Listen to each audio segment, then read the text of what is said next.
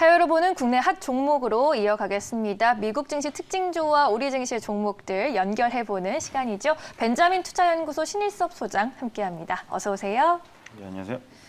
네, 오늘은 또 간밤 미국장과 연결되는 우리 증시 종목 어떤 것들 찾아볼 수 있을까요? 미국 특징주부터 볼까요? 네, 오늘은 카틀리틱스라는 카틀리틱스. 종목이고요. 네. CDLX입니다. 네. 네, 이 카틀리틱스는 빅데이터 기반 플랫폼이라고 생각하시면 되고 소비자의 각종 금융거래 내역을 분석해서 은행사, 유통사, 제조사의 마케팅 담당 부서에 전달을 해서 그 마케팅에 활용할 수 있게 해주는 기업입니다. 예를 들어 주요 소매나 여행 브랜드와 제휴를 해서 고객에게 특정 거래를 제공을 해요. 그 예를 들어 뭐 여행이나 호텔을 갔을 때 특가를 제공한다던가 아니면 서비스를 제공해요. 자동 할인을 적용한다던가. 예를 들어 여기 자세하게 얘기하면 소비자가 호텔에서 체크아웃 할 때 자동 할인 적용을 해줘요. 대신에 자동 할인을 받는 대신에 소비자는 뭐를 제공해야 되냐면 내 그 정보를 제공한다는 동의를 해요. 그럼 그 거래 내역, 그러니까 뭐 어떤 특정 어디에 사는 특정인이 뭐를 정확히 했는지 세부 내역까지는 개인정보 때문에 제공 안 되지만 이 호텔에서 예를 들어 몇십 대 연령대가 몇십 대가 되는 뭐 남자 혹은 여자가 구매를 했다. 네. 이런 정보를 뭐 다른 어떤 그 회사들, 다른 섹터의 회사들의 마케팅 담당자에게 주면 요 시기에 몇십 대 뭐 이런 남자가 어떤 시점에 어떤 시간에 호텔에 투숙해서 어떤 서비스를 이용했다. 요거를 활용해서 또 마케팅을 할 수가 있는 거죠. 빅데이터 네, 마케팅이요. 그렇죠. 이게 중간 단계에 있는 거죠. 네. 소비자와 최종 그 마케팅을 활용하는 업체의 중간 단계에서 받아서 주고 이거예요.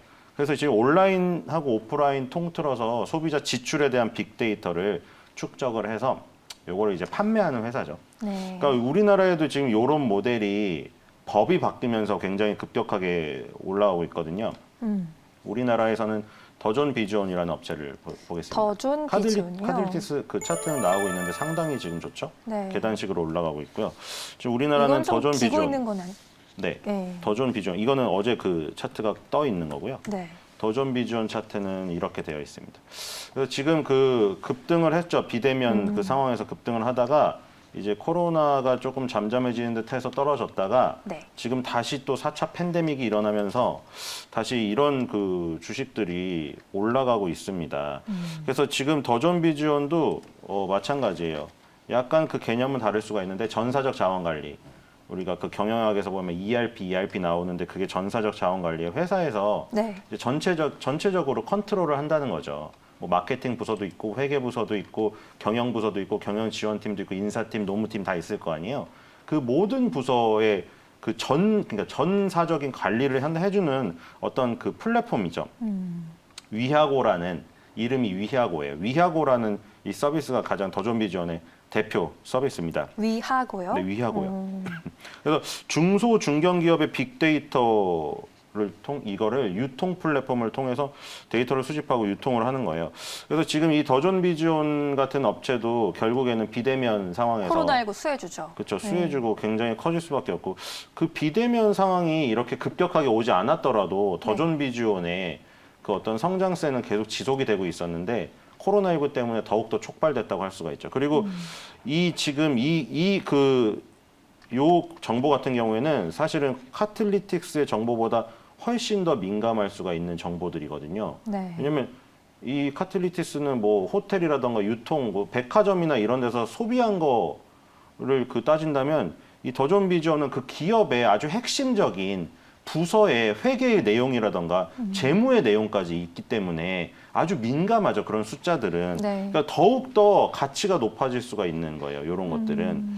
그래서 이런 빅데이터 서비스가 우리가 그 데이터 3법이라는 게 통과가 되면서 그렇죠? 데이터 3법이 통과가 되면서 데이터를 더 많이 활용할 수 있게 되었잖아요. 네. 우리도 요즘에 어플이나 이런 거 가입해 보면 우리의 금융 정보를 활용해서 물론 제한이 있는데 우리의 금융 정보를 활용해서 은행, 증권, 금융 회사에서 우리에게 맞는 맞춤형 무슨 재테크 정보라던가 서비스 상품 정보를 보내주잖아요. 보험사도 그러고. 근데 그런 것들이 우리의 개인 정보를 어느 정도 이제 가져가는 거예요. 뭐 정말 자세한 집 주소까지 나오고 막 그걸 찾아가고 이러면 큰일 나죠. 근데 아까 말했듯이 뭐 연령이라던가 사는 지역의 전체적인 지역이라던가 이런 거를 분석하면 굉장히 유용하게 쓰일 수가 있잖아요.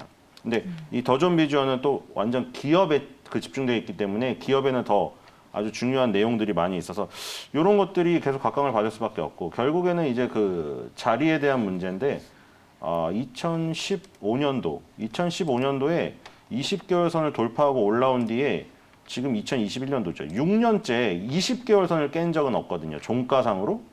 그러니까 네. 지금 일단 그 20개월 선이 깨졌는데 지금 4월 달 아직 15일이잖아요. 그러니까 이게 종가상으로 4월 달 맨 마지막 거래일에 끌어올려서 종가를 맞춰서 20개월 선을 위에 끌어당겨 가지고 끝나면 예, 계속 유지가 되는 거죠. 그 3월 달에 2020년 3월 달에 코로나 팬데믹으로 전체 지수 급락했을 때 있잖아요. 그때도 20개월 선을 그 월중 저가로는 깼는데 결국에는 종가로 깨지 않았어요. 그러니까 그래서 지금 이게 20개월 선 근처에 있기 때문에 그런 거를 좀 믿어보는 거죠. 지금. 그런 거를 믿어보는 거고 그래서 지금 4차 팬데믹도 오고 했기 때문에 이 정도 시점에서는 반등이 나올 가능성이 크다. 2016년 이후에 깬 적이 없기 때문에. 물론 2019년 1월 달에 이 종가상으로 1월 달, 2월 달에 깨진 적이 있는데 바로 이 위에 5개월 이동 평균선이 돌면서 여기를 지켰거든요. 그래서 그렇게 따지면 깬 적이 없어서 지금 이 시점에서는 좀 매수 기회가 될 것 같다는 생각이 듭니다.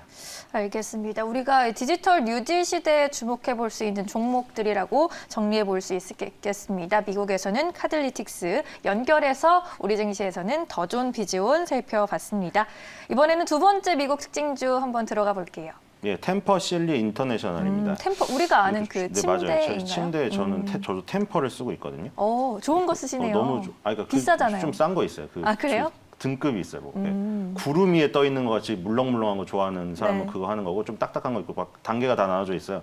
근데 저는 물렁물렁한 걸 좋아하거든요. 그러시구나. 쑥 들어가는 거. 저는 조금 이렇게 받쳐줄 수 있는 단단한 걸 좋아해요. 아, 예. 좀 틀려요. 그 스프링이나 이런 거 있는 거 좀 단단하고 그런 스타일 좋아하시는 분이 있고 맞아요. 아예 돌침대 좋아하시는 분도 있고. 그렇죠. 템퍼는 돌침대가 기본적인 없죠? 가격대가 있어요. 네. 기본적인 가격대가 비싼데 비싸죠.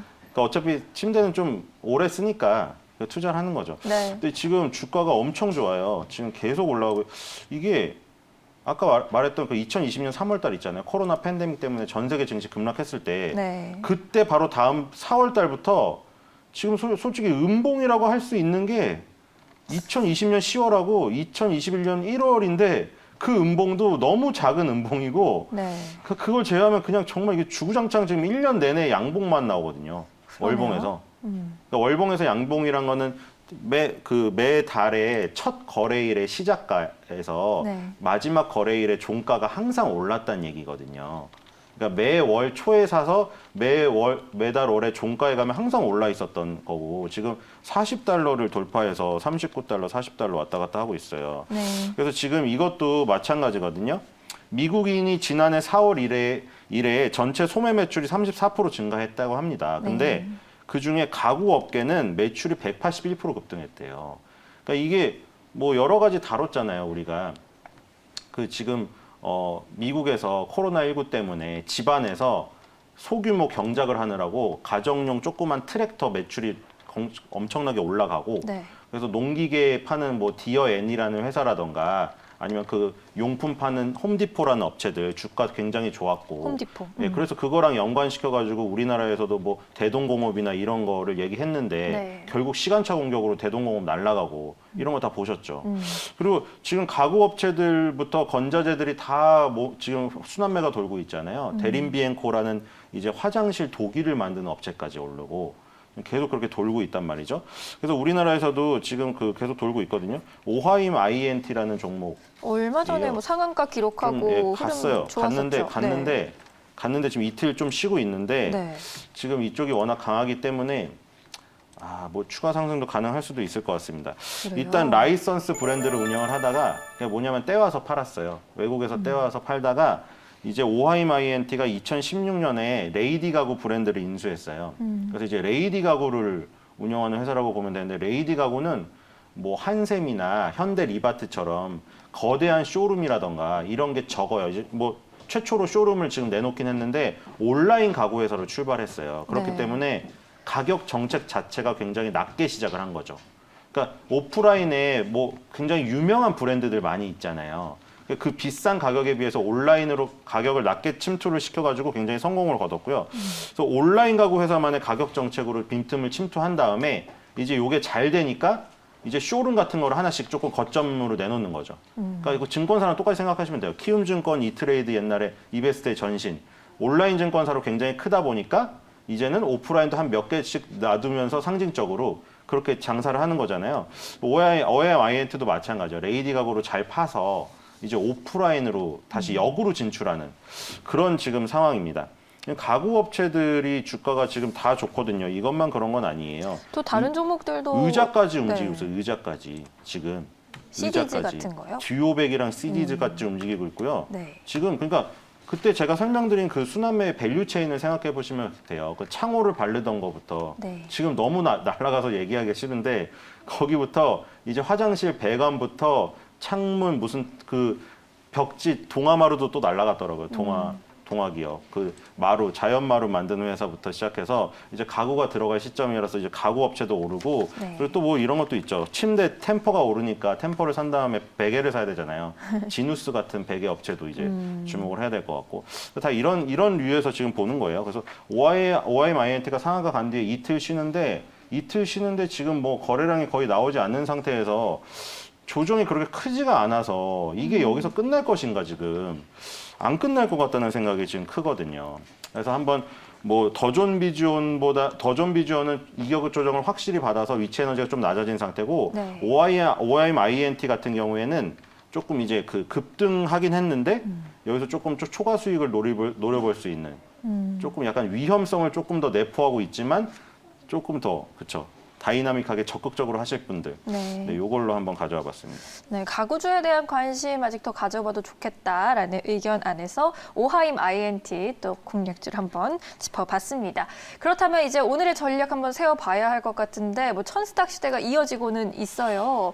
어떻게 네. 전략을 세워보는 게 좋을까요? 배터리주가 좋더라고요. 아 근데 이 배터리주가 2차 전지 쪽. 엄청 올라서 이게 지금 이제 고점 논란도 많이 나오더라고요. LNF나 에코프로 네. 비행 같은 이 지금 양극재 업체를 진짜 건드리고 싶은데 이게 건드리기가 어려운데 거기서 계속 치고 올라가 버리더라고요. 지금 LNF 같은 경우에 10만 원을 돌파했다가 좀 내려왔는데 많이 지금 올랐어요. 월봉에서 네. RSI라는 그 과열 지표가 100이 지금 최고잖아요. 83.96까지 갔어요. 지금 이게 역사상 최고까지 간 것 같거든요. 거의 지금 이런 적이 없었던 것 같아요. 2009년에도 82.33까지 갔는데 지금 그거보다 높거든요. 지금. 네. 근데 여기서 지금 신규 매수를 하긴 정말 좀 어려운데 그래서 이 지금 양극재 업체보다는 만약 배터리주를 한다면 양극재 업체보다는 뒷단에 있는 그 장비 업체들이 있거든요. 그런 것들을 하거나 아니면 지금 그 바이오주들이 다시 움직일 가능성이 커요. 네. 그러니까 결국에 지금 코스닥 시가총액 상위 살펴보세요. 뭘로 이루어져 있는지 보시면 아시잖아요. 배터리, 반도체, 게임. 그리고 바이오예요. 그러니까 반도체 중소형주, 배터리 중소형주, 그리고 바이오주. 네. 요건데 지금 배터리주가 너무 강하게 올라서 부담스럽다고 하면 반도체 중에 전공정은 지금 다 날라갔어요. 전공정은.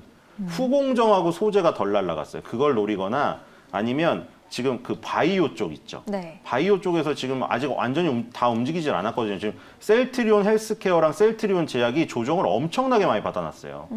엄청나게 많이 받아놨고 되게 자세히 얘기를 드리게 됐는데 갑자기 시간이 좀 1분 정도 남아서 네. 셀트리온 제약이나 셀트리온 헬스케어가 어디까지 갔냐면 10개월 선까지 떨어졌어요. 지금. 이 보면은 10개월 선에서 지지받고 항상 가거든요. 지금 이 급등주들은 셀트리온 제약, 셀트리온 헬스케어를 다시 공략할 타이밍이고 그리고 밑에 어저께 알테오젠이라는 종목은 급등을 했으나 네. 알테오젠을 제외하고 나머지들은 안 올랐어요. 바이오주 순환매가 안 돌았어요. 코스닥의 시총의 40%를 차지하고 있는 게 바이오거든요. 그래서 배터리는 이제 정말 좀 위험성을 감수하고 들어가야 되는 시점인 것 같고 정리하면 네. 그리고 반도체 중소형주 중에서는 전공정은 같고요. 그러니까 그냥 예를 들어서 원익 IPS 같은 전공정 증착 장비는 다 날아가 버렸어요 위에. 근데 후공정 쪽이 안 갔어요. 네페스, 테스나 이런 쪽이. 네. 그쪽을 노리거나 아니면 이 바이오죠. 세 번째 지금 다 정리해드렸어요. 바이오는 아직 전반적으로 뜨지가 않았는데 셀트리온 제약, 셀트리온 헬스케어가 1, 2위이기 때문에 걔네 둘이 이제 그 반등하는 시점에서 다른 여러 바이오들 있잖아요. 바이오에 뭐 항암제도 있고 코로나 백신도 있고 치료제도 있고 코로나 백신 위탁 생산업체도 있고 이런 것들 있죠. 네. 이런 것들이 전반적으로 순환매가 돌 가능성이 있어요. 그리고 코로나19 또 팬데믹이 4차 팬데믹이 오잖아요. 그럼 그 관련주에 의해서 지금 비대면 관련주 원격회의 요것도 그 강세를 띠겠지만 바이오도 결국 치료제 백신으로 엮여 있기 때문에 곳곳에 그런 것들이 있다. 그래서 요 세 가지 섹터를 강약, 중강약을 잘 선택하셔서 포트를 구성하시면 천스닥 시대에 소외는 안 될 것 같다는 생각이 들어요. 알겠습니다. 세 가지 섹터 안에서 지금 순환매가 일어나고 있는 만큼 덜 간 종목들 위주로 바라보는 전략 유효할 것 같네요. 벤자민 투자연구소 신일섭 소장이었습니다. 오늘 고맙습니다.